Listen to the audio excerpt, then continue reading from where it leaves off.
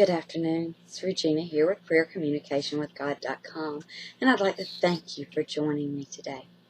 Today, I'm going to title our message, Perception, Seeing Yet Not Seeing. And I want us to look at Numbers chapter 17. It's a very short chapter, having only 13 verses, and it's titled, Aaron's Rod Buds. So let's look at our scripture for a moment. Then the Lord spoke to Moses, saying, Speak to the sons of Israel, and get from them a rod for each father's household, 12 rods from all their leaders according to their fathers' households. You shall write each name on his rod.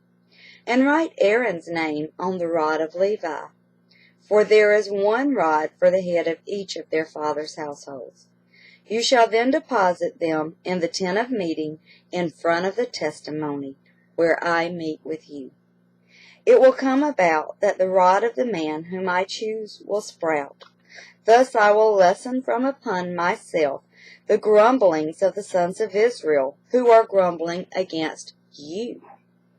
Moses therefore spoke to the sons of Israel, and all their leaders gave him a rod apiece, for each leader according to their fathers' households, 12 rods, with the rod of Aaron among their rods. So Moses deposited the rods before the Lord in the tent of the testimony. Now on the next day Moses went into the tent of the testimony, and behold, the rod of Aaron for the house of Levi had sprouted, and put forth buds, and produced blossoms, and it bore ripe almonds. Moses then brought out all the rods from the presence of the Lord to all the sons of Israel, and they looked. Each man took his rod. But the Lord said to Moses, Put back the rod of Aaron before the testimony to be kept as a sign against the rebels, that you may put an end to their grumblings against me, so that they will not die. Thus Moses did, just as the Lord had commanded, so he did. Then the sons of Israel spoke to Moses, saying, Behold, we perish, we are dying, we are all dying. Every one who comes near to the tabernacle of the Lord must die. Are we to perish completely? Now, they see the rod of Aaron budding and producing fruit, and theirs did not. And just as God had said, the one he chose would do this. And so, God tells Moses to put Aaron's rod back before the testimony, so it's kept as a sign against the rebels. That way, it encourages them not to be rebellious, but to choose to love and honor God, so that they won't be grumbling, so that they will not die. And yet their perception is that, well, we're going to die. We're all going to die. Are we going to die completely? And that's the question. Are we going to die completely? My friend, God is offering us abundant life. It's not a life of lack. It's not a life of continual sickness and struggle, but it's an abundant life. But our thoughts and our words and our actions have control over whether we walk in that abundance. In my reading today, I get many newsletters from many encouraging people, because as an encourager, as someone who tries to encourage other people, I have to also be encouraged. It's like a bank account. If we continually make debits, if we continually make withdrawals, and we never replenish, we become overdrawn, and this affects our lives in so many ways. So I get encouragement from other people, and I'm able to then bring more encouragement to you. And in one of these newsletters of encouragement, the question was asked, what is the why of your desire? You know what your desires are. So why do you desire it? What is it that inspires you to have this desire? And I want you to think about it. Dig deep and ask yourself why you desire what you desire. One of the desires that I have is to become a grief recovery specialist.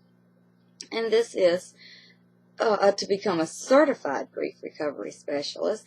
And this is to help people in their journey of grief. Now, often when we think of grief, we automatically associate grief with death. But that's not the only time we grieve. We experience many losses in our lives. It can be the loss of a job, the loss of your keys, the loss of a friendship that you've cherished. And these put you on the journey of grief. So we have different processes, different journeys of grief that we go through. And each one affects us in many ways. And with each one, we can become stuck in that journey. And if we remain stuck, then the results are more loss.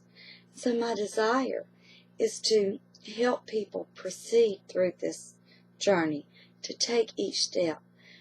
And when they come to these stumbling blocks or these things that hold them captive in their journey, my desire is to help them see these not as stumbling blocks, but as stepping stones towards their ultimate goal. So that is my desire. So why do I have this desire? From an early age, from as early as I can recall, being teenage years, I was thrust upon the journey of grief. And it has many twists and turns. And there were times that I was stuck there. But then God would place someone in my life who would give me the encouragement to take the next step. And it's shaped me and molded me into who I am today. And it's birthed in me this desire to help others. It's increased this desire in me. And so the why of my desire is not to bring attention to myself, not to glory myself, not to say, woohoo, I've done this, but it is to tell someone else, you too can survive this. You don't have to go through this alone. And while this changes you, your personality changes, who you are changes, you're no longer the old person. So yes, a part of you has died, but you don't have to perish completely, because you are shaped and molded and birthed into a new person. And I am the one who's going to help you in this journey. Now, one of the things that I've done to accomplish this goal, I haven't received my certification yet. That is the goal that I'm working towards. Sure, there's some things that could be seen as stumbling blocks in the way, but I'm using those stumbling blocks as stepping stones. And I'm remaining focused on my goal.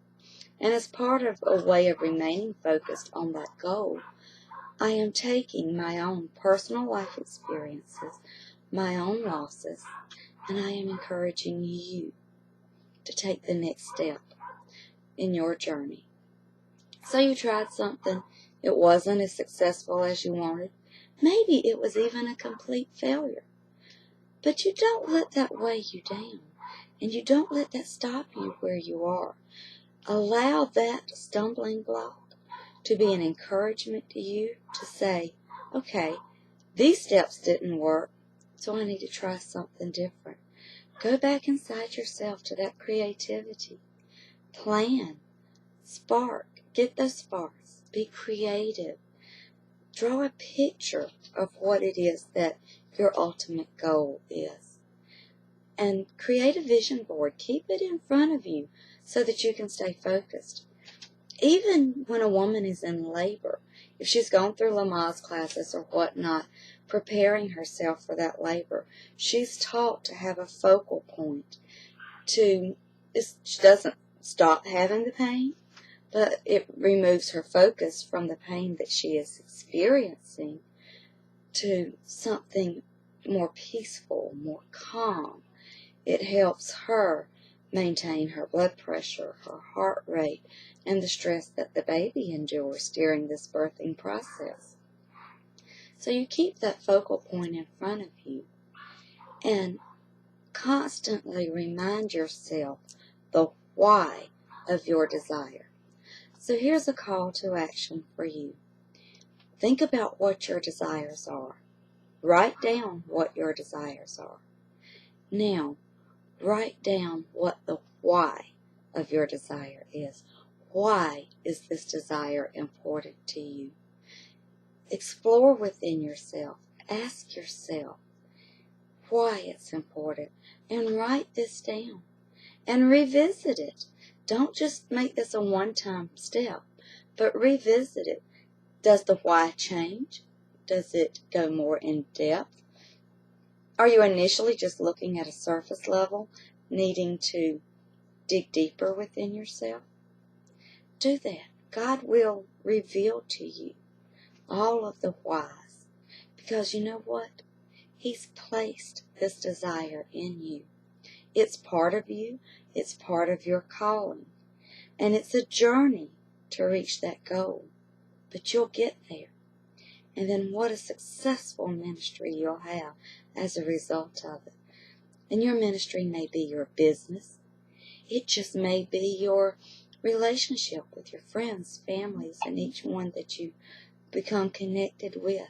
Because we are created to be connected with others. So, again, I encourage you, examine your desire and examine why that desire is there.